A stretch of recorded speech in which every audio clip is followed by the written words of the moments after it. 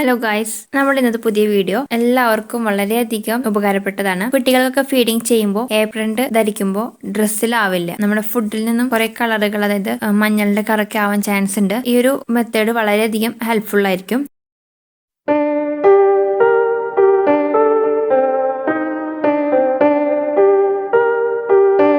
നമ്മളിവിടെ ഉപയോഗിച്ചിരിക്കുന്നത് ഒരു പാൻറ്റിൻ്റെ തുണിയാണ്, അതായത് വേസ്റ്റ് ജീൻസ്, അതായത് അധികം ഉപയോഗിക്കാത്ത, അതായത് നമ്മൾ ഉപയോഗിച്ചിട്ടുള്ള ഒരു ജീൻസിൻ്റെ അടിഭാഗം, അതായത് ലെഗിൻ്റെ പോർഷനിൽ നിന്നാണ് നമ്മൾ എടുക്കാൻ പോകുന്നത്.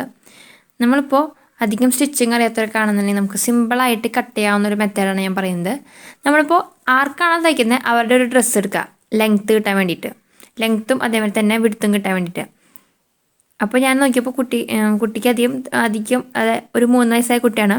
അപ്പോൾ അധികം തടിയില്ല, ഹൈറ്റ് കുറവാണ്. അപ്പോൾ നമുക്ക് എന്ത് ചെയ്യാം, കാലിൻ്റെ പോർഷനിൽ നിന്ന് കട്ട് ചെയ്താൽ മതി. കുഞ്ഞു കുട്ടികൾക്ക് അത്രയ്ക്കേ വരുന്നുള്ളൂ. അതിൽ ഓവർലോക്ക് വരുന്ന ഭാഗത്തു നിന്ന് നമ്മൾ ആ ഓവർലോക്കുള്ള ഭാഗം കട്ട് ചെയ്തിട്ട് ഫിനിഷിംഗ് ആയിട്ടുള്ള പോർഷൻ നിവർത്തി വയ്ക്കുകയാണ് ചെയ്യുന്നത്. അപ്പോൾ ഞാനിവിടെ സൈഡ് കട്ട് ചെയ്തുകൊണ്ടിരിക്കുകയാണ്. നമുക്കിപ്പോൾ ജീൻസ് അങ്ങനത്തെ എന്തെങ്കിലുമൊക്കെ നമുക്ക് വേസ്റ്റ് ആയിട്ട് വരും, മീൻസ് ഉപേക്ഷിച്ചതായിട്ട് വരും. ഡ്രസ്സൊക്കെ നമുക്ക് ഒരുവിധം പഴകുമ്പോൾ നമ്മൾ ഓരോന്നും ഉപേക്ഷിക്കാം. അപ്പോൾ നമുക്ക് ഇങ്ങനത്തെ എല്ലാ ഐഡിയാസ് ചെയ്തിട്ട് നമുക്ക് റീയൂസ് ചെയ്യാൻ പറ്റുന്നൊരു കാര്യമാണിത്. അപ്പോൾ ഞാൻ ഏകദേശം കട്ട് ചെയ്തതിന് ശേഷം ഉടുപ്പിൻ്റെ മുകളിൽ വെച്ച് നോക്കുകയാണ് അത് ലെങ്ത്ത് ഓക്കെ ആണോ എന്നുള്ളത്. എന്നിട്ട് അതിന് ശേഷം സെൻറ്ററിൽ ഒരു ലൈൻ ഉണ്ട്, സ്റ്റിച്ചിങ് ലൈൻ്റെ. ആ ഭാഗത്ത് നമ്മൾ സെൻറ്റർ പോർഷൻ മടക്കിയതിന് ശേഷം ഒന്ന് അടിയിലൊന്ന് ഷേപ്പ് ചെയ്യുകയും അതേപോലെ തന്നെ ആം ഹോളിൻ്റെ പോർഷൻ ഒന്ന് കുനിച്ച് വിട്ടാണ് ചെയ്യുന്നത്. ബാക്കി വരുന്നത് നമ്മൾ കട്ട് ചെയ്ത് കളയാണ് ചെയ്യുന്നത്. അങ്ങനെ നമ്മളിവിടെ കട്ട് ചെയ്ത് കഴിഞ്ഞിട്ടുണ്ട്. ഇനി നമ്മൾ ഡ്രസ്സിൻ്റെ മുകളിലൊന്ന് ജസ്റ്റ് വെച്ച് നോക്കാം. എല്ലാവർക്കും വളരെ സിമ്പിളായിട്ട് ചെയ്യാൻ പറ്റുന്ന മെത്തേഡാണ്. കാരണം അധികം മെഷർമെൻറ്റിനൊന്നും ആവശ്യമില്ല. നമ്മുടെ കയ്യിൽ ഉള്ള കുട്ടിയുടെ ഉടുപ്പിൻ്റെ മേലെ വെച്ചിട്ട് ചെയ്യാവുന്നതാണ്. ചെറിയൊരു മെഷീൻ ഉണ്ടെങ്കിൽ നമുക്കൊന്ന് തയ്ച്ചു കൊടുക്കാം. അല്ലാത്ത പക്ഷം നമുക്ക് ജസ്റ്റ് കൈ കൊണ്ട് ഹെം ചെയ്ത് കൊടുക്കാനായാലും നമുക്ക് സാധിക്കും. നമുക്ക് സെൻറ്ററിലൊരു പോക്കറ്റ് എന്തെങ്കിലുമൊക്കെ വെക്കാൻ, ജസ്റ്റ് സ്പൂണോ അങ്ങനത്തെ എന്തെങ്കിലും വെക്കാനായിട്ട് ഒരു ചെറിയ പോക്കറ്റാണ് നമ്മൾ വെച്ച് കൊടുക്കുന്നത്. നമ്മൾ കാലിൻ്റെ അടിവശത്ത് നിന്ന് എടുക്കാൻ കാരണം നമുക്ക് അവിടെ ഓൾറെഡി ഒരു സ്റ്റിച്ച് ഉണ്ട്. അപ്പോൾ നമുക്ക് അതിൻ്റെ മേലെ കൂടെ ഒരു സ്റ്റിച്ചിൻ്റെ ആവശ്യമില്ല.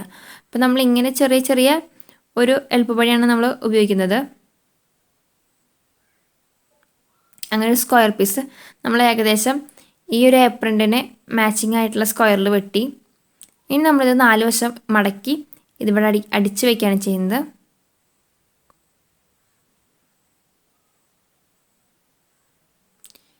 നമ്മൾ ഇതിൻ്റെ കഴുത്ത് ഭാഗത്ത് നമ്മൾ അഡ്ജസ്റ്റർ ഉപയോഗിച്ചിട്ടാണ് നമ്മൾ ത്രെഡ് ഇടുന്നത്. അതായത് ഇപ്പോൾ കുട്ടികൾ ഹൈറ്റ് കൂടുന്നതിനനുസരിച്ച് അല്ലെങ്കിൽ തടി വയ്ക്കുന്നതിനനുസരിച്ച് നമുക്ക് ഒന്നെങ്കിൽ കെട്ടുമ്പോൾ ചിലപ്പോൾ കെട്ടായി പോകും. ഇതാകുമ്പോൾ നമുക്ക് ജസ്റ്റ് അഡ്ജസ്റ്റ് ചെയ്ത് കൊടുക്കാവുന്നതേ ഉള്ളൂ. നമ്മൾ പോക്കറ്റ് സെൻറ്ററിൽ ഒന്ന് പിടിച്ചിട്ട് ഒന്ന് പിൻ ചെയ്ത് കൊടുത്താണെന്ന് വെച്ചാൽ പിന്നെ അത് മൂവ് ചെയ്യില്ല.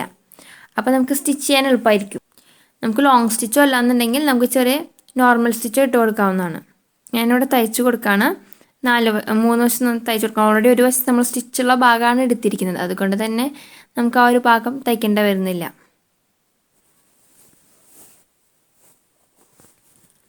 അങ്ങനെ നമ്മുടെ പോക്കറ്റ് ഇവിടെ സ്റ്റിച്ച് ചെയ്ത് കഴിഞ്ഞിട്ടുണ്ട്.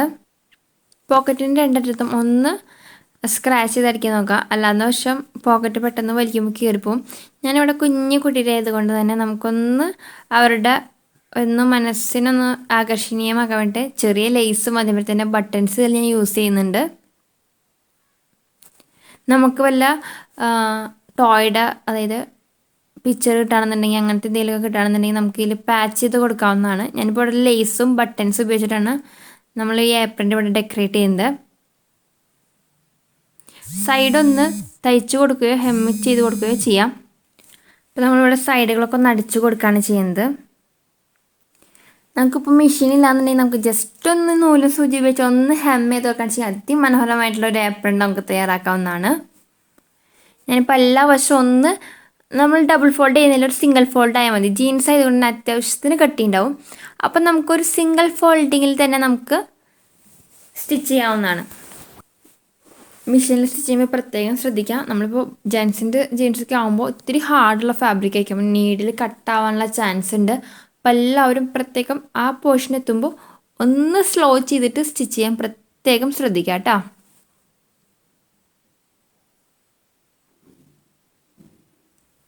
അങ്ങനെ ഇപ്പോൾ നമ്മൾ നമ്മുടെ ചുറ്റൊന്ന് ഫോൾഡ് ചെയ്ത് അടിച്ച് കഴിഞ്ഞിട്ടുണ്ട്. അടുത്ത നമുക്ക് അഡ്ജസ്റ്റർ സെറ്റ് ചെയ്യാവുന്നതാണ്.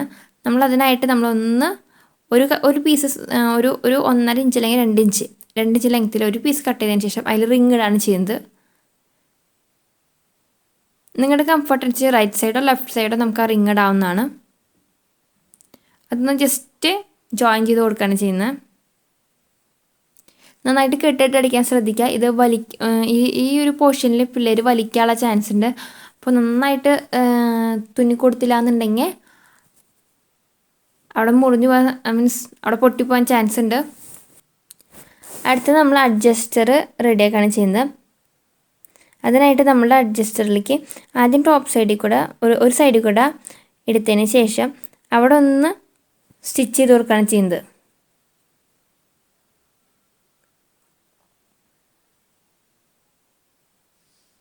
ആ 3 വരയിൽ സെൻറ്ററിലത്തെ വരയുമേ ത്രെഡ് ഇട്ട് സ്റ്റിച്ച് ചെയ്യാൻ ചെയ്തത്. അതിന് ശേഷം നമ്മൾ ഒന്ന് ഫസ്റ്റത്തെ ഹോളിൽ കൂടെ കയറ്റി രണ്ടാമത്തെ ഹോളിലേക്ക് ഇടുന്നതിന് മുന്നേ ആദ്യം റിങ്ങിൽ കൂടെ കയറ്റിയതിന് ശേഷമാണ് രണ്ടാമത്തെ ഹോളിലേക്ക് ഇടുന്നത്.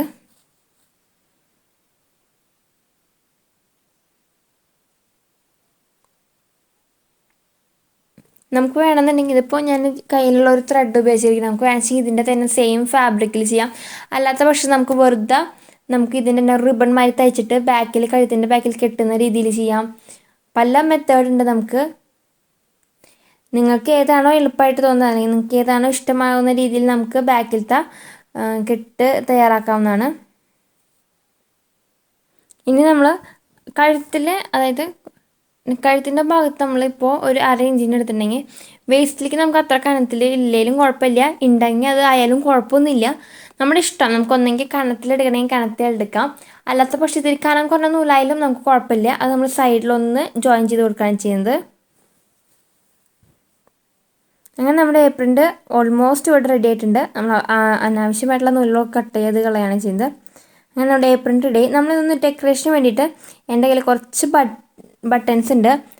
അതായത് പല കളറിലുള്ള ബട്ടൺസാണ്. അതൊന്ന് നമ്മുടെ ഫാബ്രിക് ഗ്ലൂ ഉപയോഗിച്ചിട്ടൊന്ന് ഒട്ടിച്ചു കൊടുക്കുകയാണ് ചെയ്യുന്നത്.